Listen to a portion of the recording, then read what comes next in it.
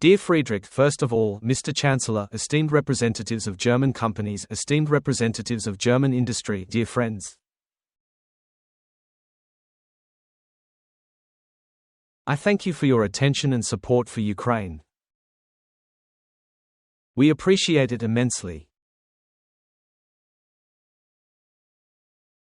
German support for Ukraine in this difficult and crucial time of war, for our defense, for our recovery after Russian strikes, this is truly leadership support in Europe and a very significant amount of assistance.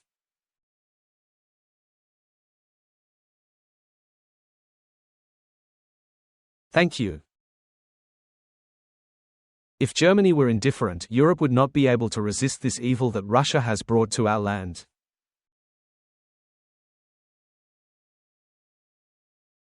And this is a historic result, that you have chosen the side of normal life, the side of Europe, of democracy, and are helping to defend against Russian aggression, imperialist and completely unjust aggression.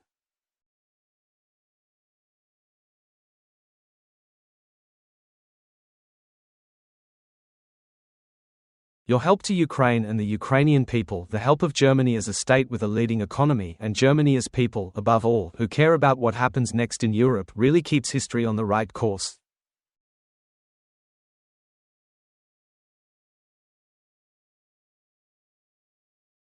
We greatly appreciate the fact that after the beginning of Russia's invasion of Ukraine, German companies were not intimidated and continued to work in Ukraine. We are grateful to you for saving jobs. We are grateful to you for keeping people's support.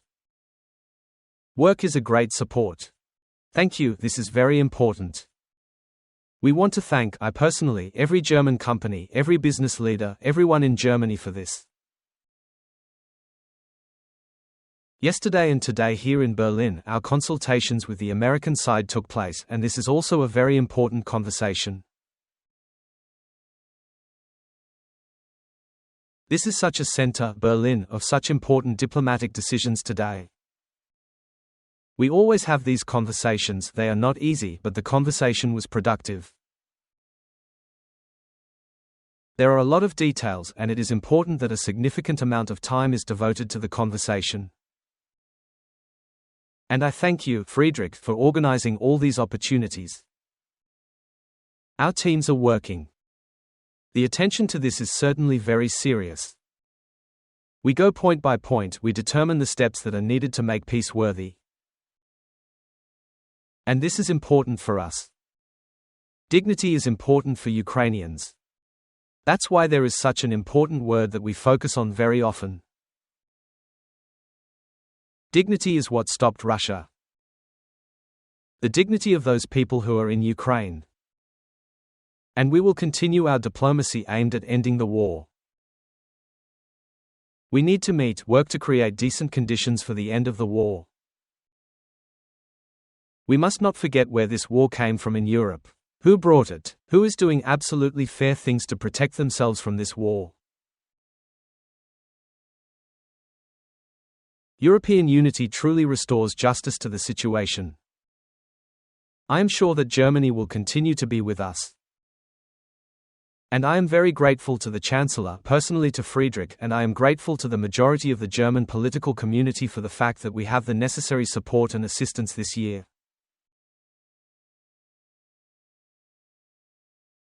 And it is very important that during such a war, Ukraine not only asks for help and support but also offers joint projects which you have already discussed today. Joint production, joint results that can strengthen both us, first of all, technologically. Of course, the first priority today is defense production. We are doing our utmost to ensure that our defense technologies stay ahead of the curve and provide our soldiers with practical results on the battlefield. It is in Berlin that we are preparing one of the first offices that will deal with arms exports and joint production projects with your country, with Germany. Germany is one of our largest trading partners in Europe. And it will remain so in the future, I am sure of it, and this is one of the key tasks of the Ukrainian government, to attract more companies and contracts with Germany. This unites not only our and German economies but also creates the basis for even greater interaction within the European Union because in one way or another it involves neighbors. The Ukrainian community in Germany is one of the most integrated, and it consists of hundreds of thousands of people who respect the country that sheltered them.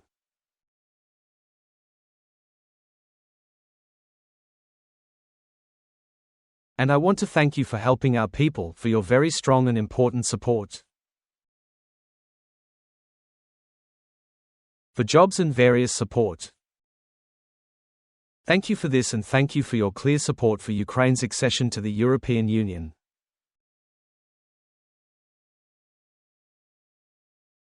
Dear friends, while various diplomatic processes are underway, including negotiations that may bring the end of the war closer, we must not forget that the strikes of this war, of Russian aggression, continue every day.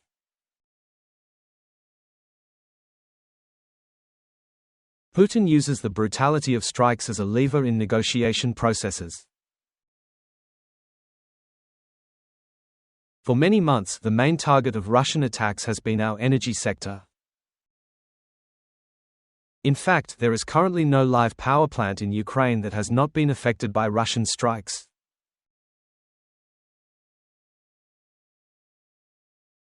But we are fighting, rebuilding, working, bringing light back to people, bringing life back as best we can. This is a very complex process. And it is really difficult to resist the terrorist pressure that Russia exerts daily. But our people do it. And after each strike, we try to restore everything as soon as possible. To do this, we need further support, both from the German government and, most importantly, support for our infrastructure and air defense.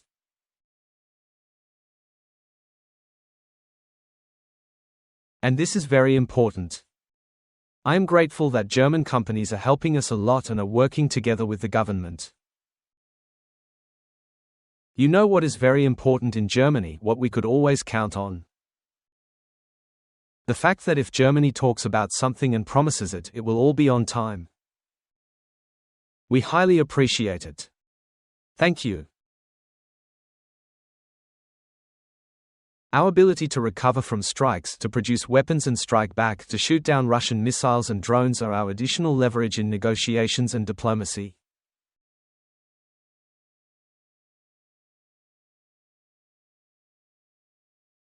In this context, we also consider Germany's clear position on frozen Russian assets. Assets that are located right here, in the European Union. These funds should really and fully work to protect against Russian aggression. It's fair, it's reasonable, and it's going to work. It is important that Germany supports this. Every decision that strengthens Ukraine and Europe is a way to bring the end of the war closer. This is a way to convince Russia that their goals are unattainable. Peace must be achievable, and only cooperation can bring it closer. Our cooperation with you, the cooperation of all our truly strong partners, not paper ones, for the sake of each of us, and therefore, for the sake of our shared ability to live in security. I want to thank you once again for organizing this forum. Thank you for the invitation. Thank you, Friedrich, dear Mr. Chancellor. Glory to Ukraine.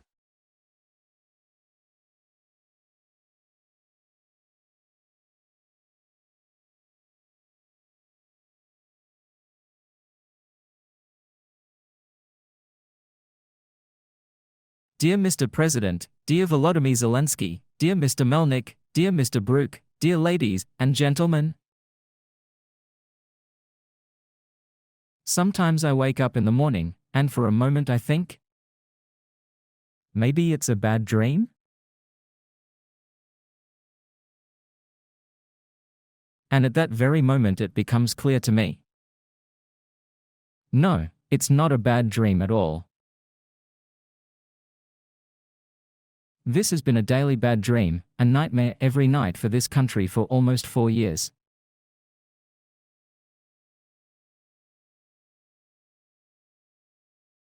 And not only for Ukraine, but for all of us. For almost 4 years now, war has returned to Europe and is raging there.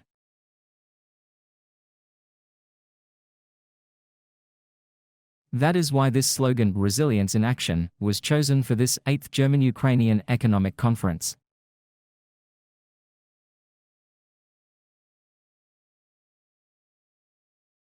And this motif describes everything exactly as Ukraine has been demonstrating for almost 4 years.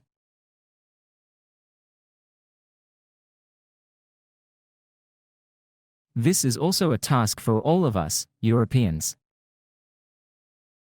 We are all in Europe.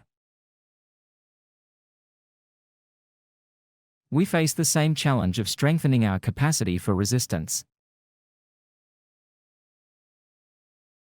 And we need to keep repeating it, and especially on a day like today, we need to call it by its name. This is about a criminal war, Putin's attack on Ukraine, which occurred in 2022 and is still ongoing.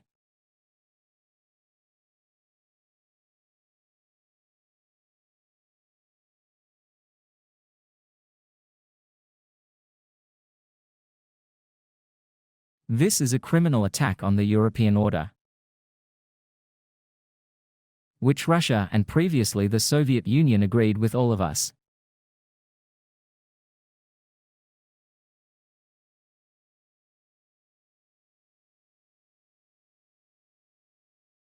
And whoever doubts that,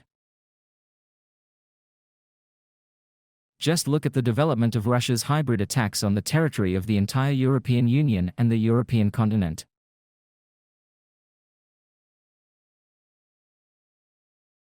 And with what accuracy? With what excessive attention Russia resorts to crimes in Ukraine.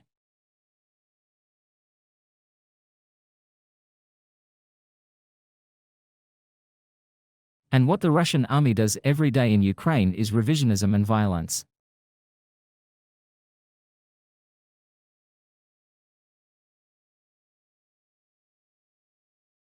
But at the same time, the resistance of Ukrainians shows us that this is truly resilience in action.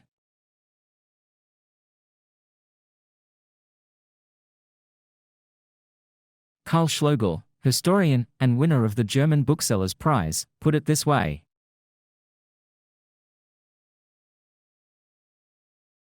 Ukrainians are a mirror, into which we look, and which reminds us of what Europe once fought for, and stood for, and why this Europe is worth defending.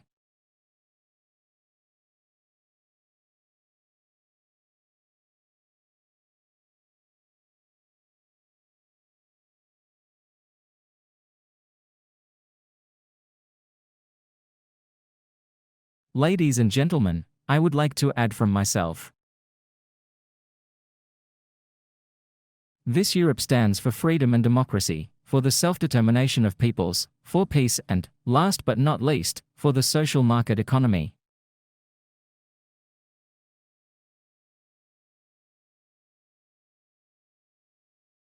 We will be able to preserve everything we have only if there is a stable peace with a free and independent strong Ukraine, which can defend itself against Russian aggression now and in the future.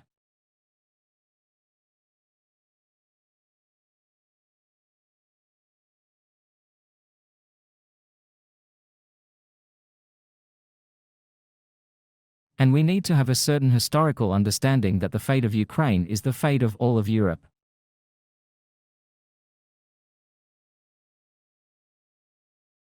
And so it is a central task that I have undertaken to work closely with Ukraine and to welcome the representatives of Ukraine today. And yesterday, we began negotiations with President Zelensky and representatives of the American delegation, for the first time in this composition.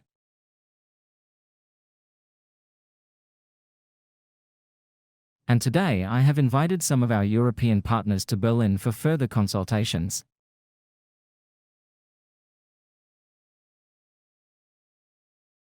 And I would like to thank you, Mr. Brook, for organizing this conference at this time in order to make this format something more than just an economic conference.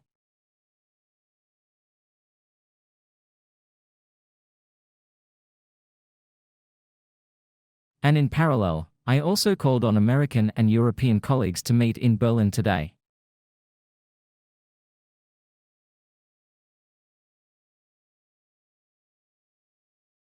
And that's why this is not just an economic conference. So, we are faced with the task of truly effectively supporting Ukraine. Moscow, despite our consultations, continues its offensive on the battlefield. It is also about Moscow's attacks on Ukraine's civilian infrastructure, which have been going on for 4 years. In the European Union, we have moved a lot in a short period of time. What we did to arm Europe itself.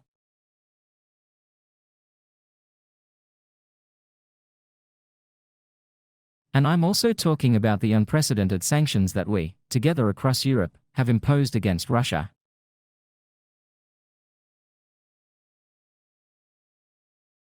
I'm talking about military and civilian assistance programs that have been going on for 3.5 years, which are building Ukraine's path to the European Union.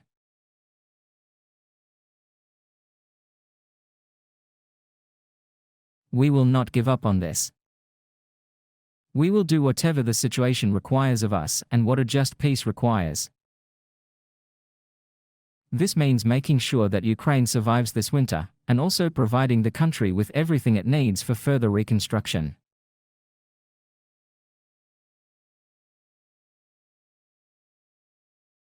Ladies and gentlemen, Germany takes on a special responsibility in this context. Since February 2022, we have provided €40 billion in military support to Ukraine, as well. We have supported civil infrastructure with €36 billion. And we will allocate more than €11 billion in 2026.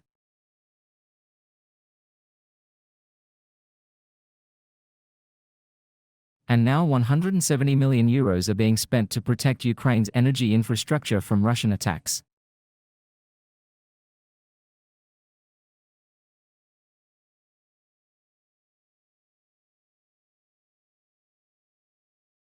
In addition, we will provide energy supply to schools, kindergartens, hospitals, and other infrastructure.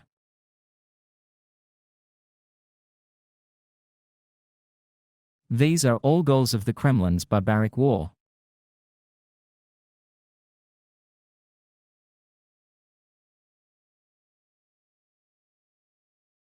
And we are also talking about mutually beneficial cooperation between German and Ukrainian enterprises, and a 10-point program has been developed.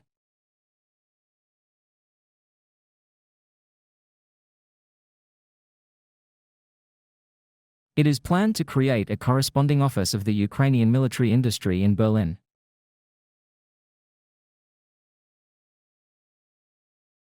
At the same time, we are working very closely with our partners in Europe and the G7 to open up greater financial prospects for Ukraine.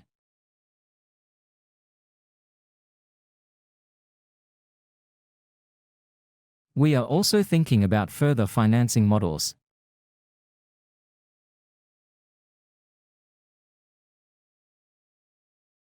I am also pleased that we can mobilize Russia's frozen assets to support Ukraine for at least the next 2 years.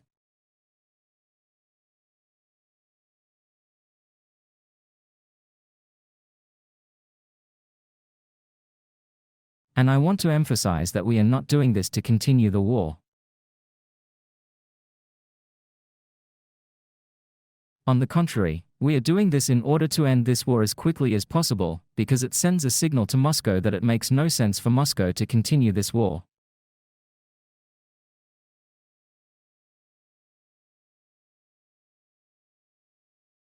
The stronger we become, the less sense it makes for them to continue this war.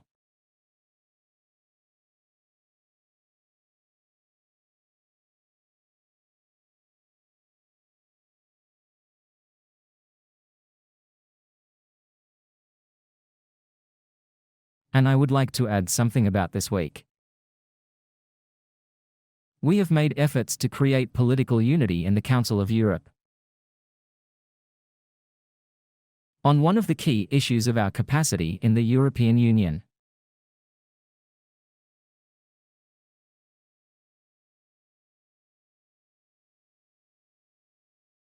And we need to resolve this issue so that all European countries bear equal risk. But understand me correctly. If we fail to do this, the capacity of the European Union will be severely damaged for years to come.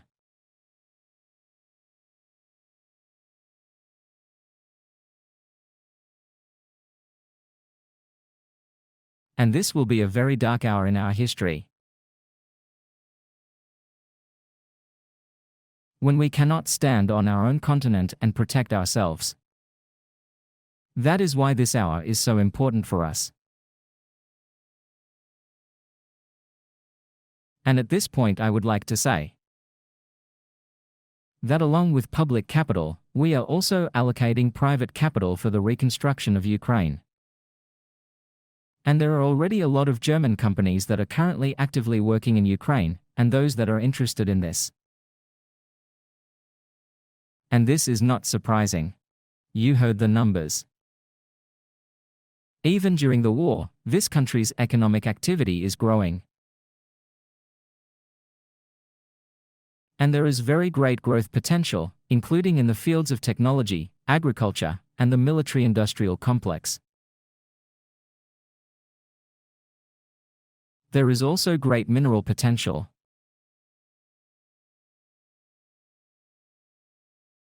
And we are interested in supporting Ukraine in this.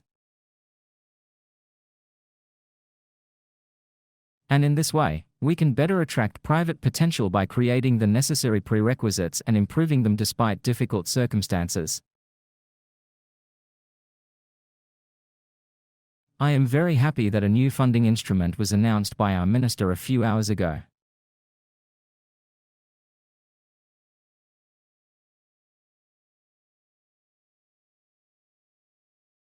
Therefore, I am very pleased that there are so many representatives of enterprises here.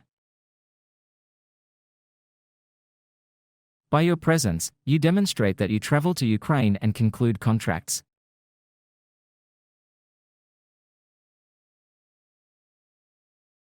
And my dear ladies and gentlemen, we cannot express even a small fraction of our gratitude for this.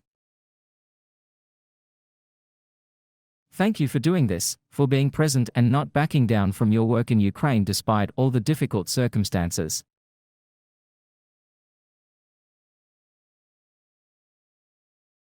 Thank you very much.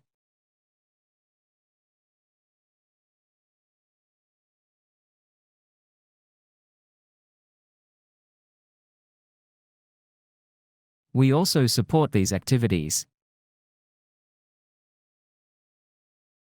We issue financial guarantees so that enterprises can more easily cooperate with Ukrainian companies. And as for 2026, next year, together with our European partners, we will introduce a €5 billion European flagship fund for reconstruction.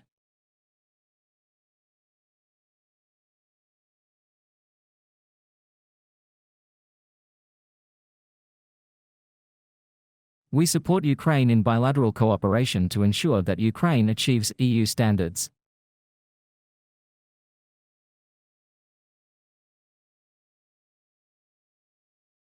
And now we are updating Ukraine's agreement on joining the Free Trade Agreement.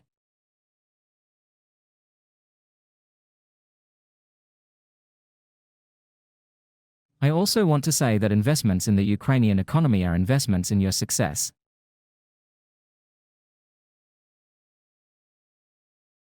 Deepen cooperation and invest in the future of the European internal market. And finally, before Christmas, we see photos of the destruction in Ukraine. And it doesn't take much imagination to imagine how this country will blossom again. We see it every day. This has already been said, And I will repeat. How much determination, strength, courage, and creativity there is in this country and this people.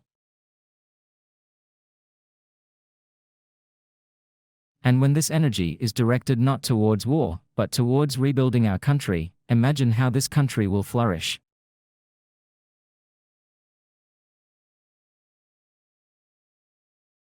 And this is one of the key ideas of Europe.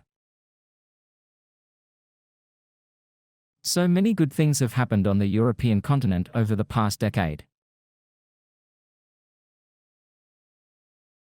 This is the well-being of our citizens and countries. We must defend this today and in the future. We have to reassess this for ourselves. And at the same time, Ukrainians stand on our side. We know what that means, and we realize that what we have in Europe, in Western Europe, is not self-evident.